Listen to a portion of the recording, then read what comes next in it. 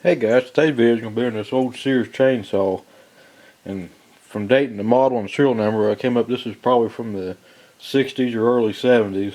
The tank was extremely dirty in it, and this was the fuel filter out of it and the fuel line that was hooked to it. So I got to replace the fuel line in there. I done flushed the tank out several times. It was just like real thick tar in there. I don't know if it was pieces of the hose that couldn't take ethanol gas and dissolved or what, but got most of that cleaned up. We had the saw running, but that was before I cleaned the tank out because I didn't realize how bad it was. And it ran for probably 10 or 15 minutes, and then it just stalled out because it pulled some more dirt down the carburetor, which I did have the carburetor off and I already cleaned it once, so just do that again. We should be good to go on it. But it's all original. As you can see, it still has the Sears bar on it. It's probably the original chain because it must not have been used a whole lot. It's got the old manual oiler that you pump it to oil the chain while you're cutting. There's the off and on switch.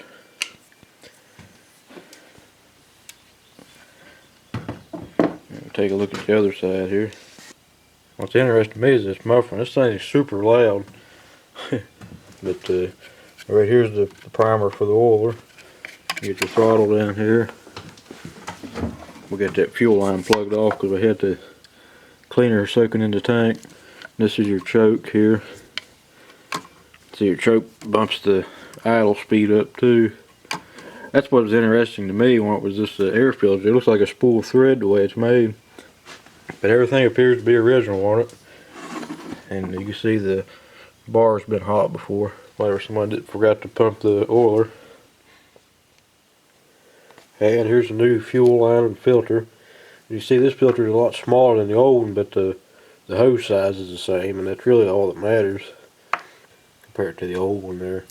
That old one might have been still be able to reuse it because the fuel was still, when I sprayed carburetor cleaner through it, it was still coming out in a few spots, but when it get that bad, you're better off just to change it. This is a 3/16 ID fuel hose on this. A little bit bigger than the stuff you usually see on chainsaws. I think this might actually be my first chainsaw repair video. I do work on chainsaws all the time. Well, I'm going to go ahead and put the fuel line in the tank off camera, because it's probably going to take me a little while to do it. I'll show you why. You can see the eyelet all the way down in there where the hose has to hook. That's just surface rust and stuff in that tank, you see. It's not really dirt. And it's about all I can do with it the way it's made. And I figure if this filter, we can keep an eye on it. If the filter starts getting dirty, we'll try to come up with a better way to flush it out. But alright guys, I know you can't see it very good, but I got it on there. If you look, I got the filter in about the right spot. I know it's hard to see, it's hard for me to see. Can't get the camera to focus inside there, but it's sitting right on the bottom of the tank. It kind of loops over like that, about the way it should be.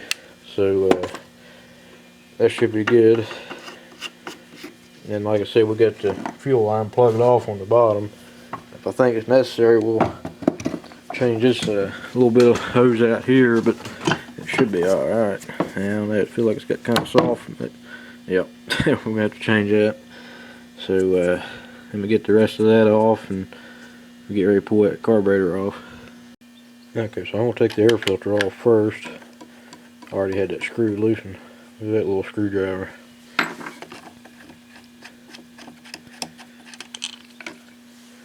That's all there is to this air filter. I ain't never seen one like it. Okay, and you got two 3/8 nuts. There's one here and one right on the other side. This is a flange here. Take him off, and the only thing left is the throttle linkage here, which is pretty simple on this. This ain't nothing like the newer chainsaws. Everything's covered in plastic, and it's hard to get to everything on the new ones. If you can take a look at that linkage here, let me move the camera. See, it just runs from the throttle all the way down to the plate. It just hooks in there like that. Like I said, you just got one more bolt on the other side, and the whole carburetor will come off.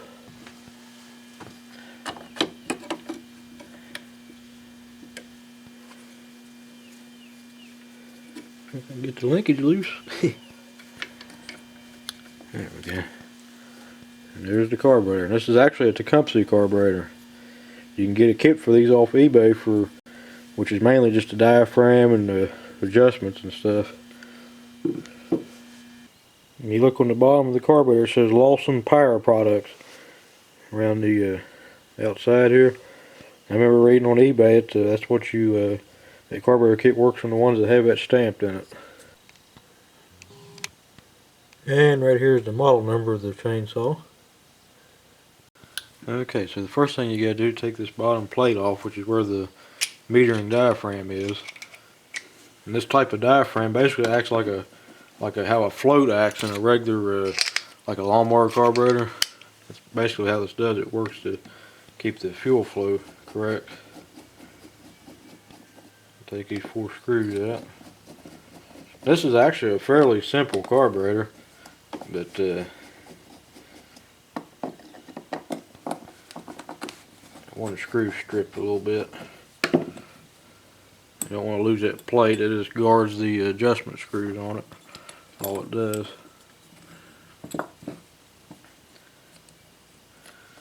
Like I said, I've had this apart before, and you see everything's fairly clean here. I figured just the jet's plugged up a little bit, or the needle.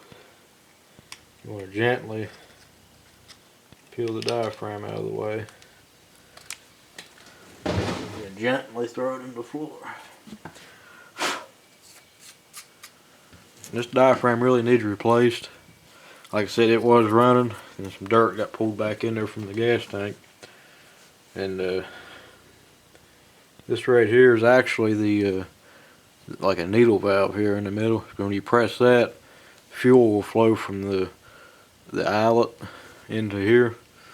And so I'm gonna get everything flowing again here. Take these 2 adjustment screws out, and just go from there.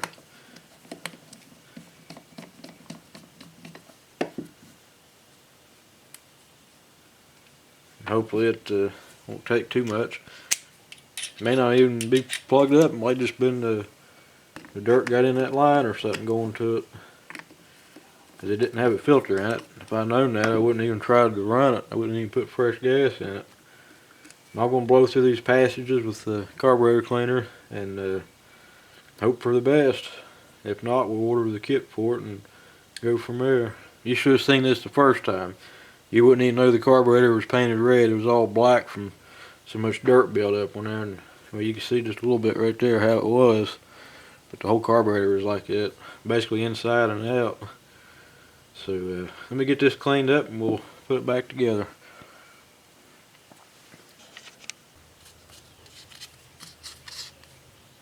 Okay, so we're going to try this diaphragm again. See what it does. It seems like it's going to work. You can't always go by that, but it's always worth a shot.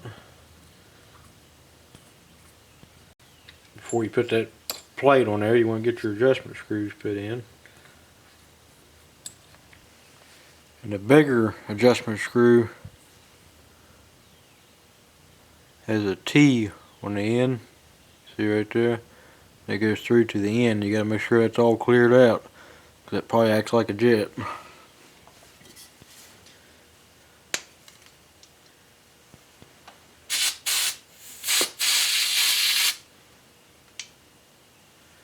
You just want to run these in until they just bottom out.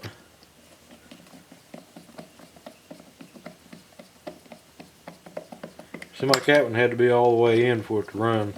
This is your main adjustment screw here.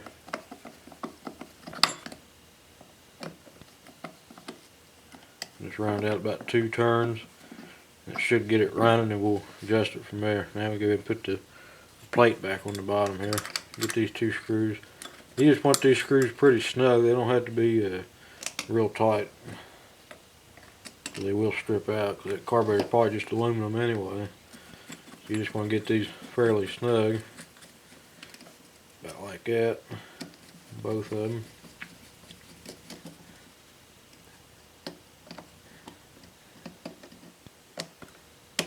And your carburetor's ready to go back on. This is your idle speed adjustment here. What you'll do on it, once you get the saw running, adjust that so that turn it in until the saw speeds up, that the chain kicks on, because it's got a centrifugal clutch. Then turn that screw back out until the chain stops spinning. That way you don't have to worry about the chain spinning all the time.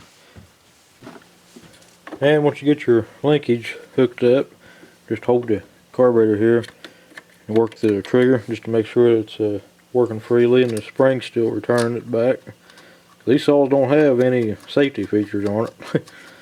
This saw predates safety features. They don't even have a guard or a brake on the chain. So these old ones, you gotta be a little careful with them and pay attention to what you're doing. Other than that, they're good saws. I mean, they got all kinds of power.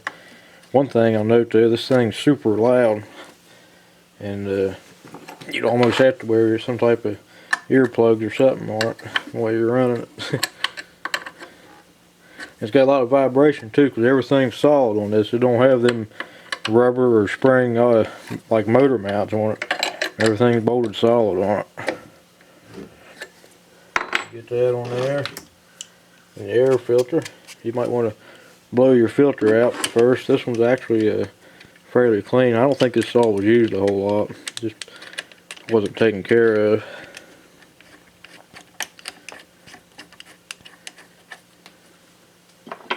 And we'll snug that air filter up with my really big screwdriver here. It don't have to be very tight anyway. Now, interesting note, the fuel line here around between the tank and the carburetor is a 1/4 inch ID, just like when you use on a lawnmower. So it kind of surprised me. But get that choke out of the way. You could put fuel clamps on this if you wanted. It didn't have it originally, so I'm not going to put them back on there. I'm going to have to trim that fuel line.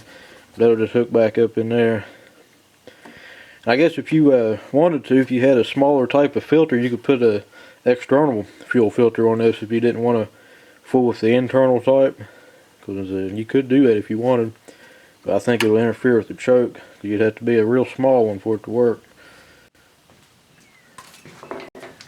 Alright guys, after adjusting on the carburetor a little bit, I finally got it running pretty good.